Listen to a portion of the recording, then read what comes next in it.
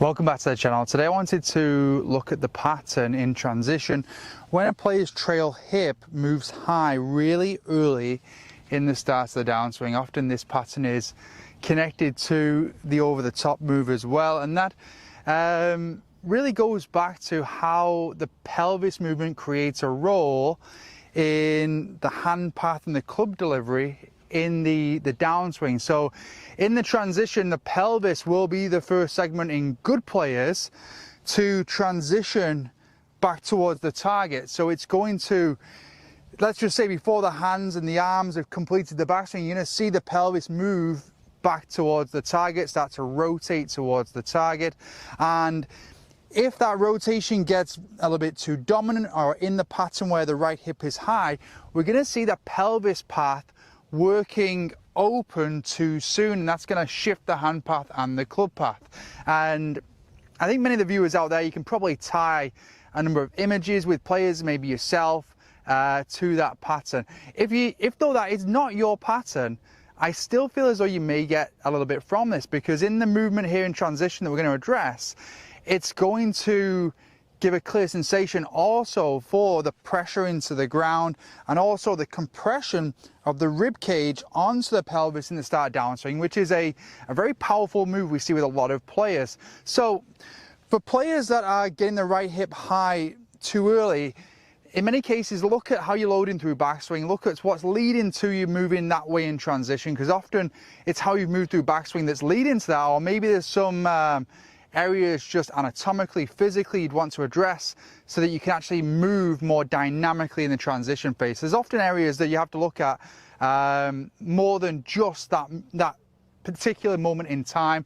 But for players that are getting the right hip high, a great exercise to start off with to help with the movement through backswing is the exercise of getting set up, and as you're swinging back, allow the lead leg to just move behind. It's going to give a nice sensation of what it could feel like to load nicely into that trail hip. Now, one little key point when doing this is that in backswing, we're going to see the back belt loop or that trail hip there move slightly around, and almost a sense of it's moving towards the target. So you can see there, I'm just grabbing my back belt loop and pulling it around. That's something that I often encourage with players if they feel as though they're getting a bit jammed up in that trail hip. So as we're doing the back, step back and loading that hip, there we're allowing that back belt loop, the back of the pelvis to move almost towards the target.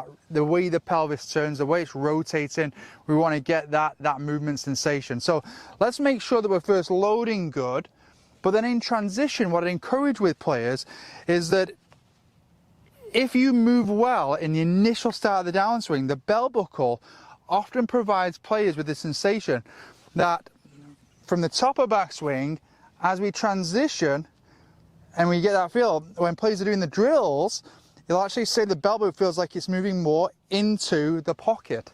So I wanted to share that sensation with you, with a number of players here, because when I've been through exercises that support players where the right hip gets high, they'll say, oh, it feels as though I stay in the right hip a lot longer, which if I give you the visual from face on of the right hip getting high, you can see there how the belt buckle moves very quickly away from the pocket.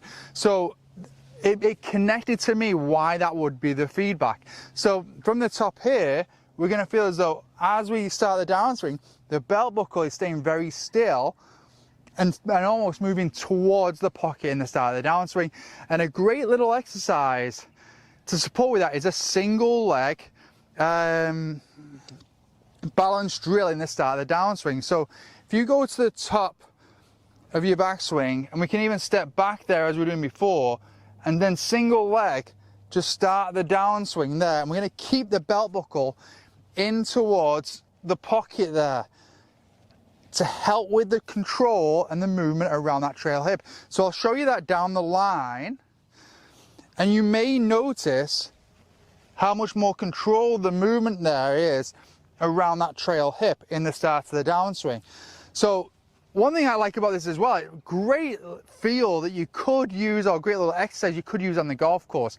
Often you'll see players at a very high level doing movements like that on the course. And I'm a huge advocate when a player is developing the game, which we always should be, is to have feels that you can use on the golf course. So you're not having to think too much, but you can actually just do the feel, build it into your pre-shot routine, and then take that into your shot. Okay, so let's have a go at taking that into a shot. So prior to moving into the shot, I'm going to go through that routine. And you can see there the belt buckle is staying very passive. Control around the trail hip is what I'm looking for. From a ground standpoint, the pressure is moving slightly towards the instep of my foot with more into my heel. So obviously with the right hip high, it gets very much towards the instep, but towards the toe. So I'm going to go through my routine. Feel that there, feels very, very controlled. Now let's get in to my shot here and see how I move through the hit here. That felt very nice, very controlled with the pelvis movement, and I've just caught, well, right in the middle of the green there.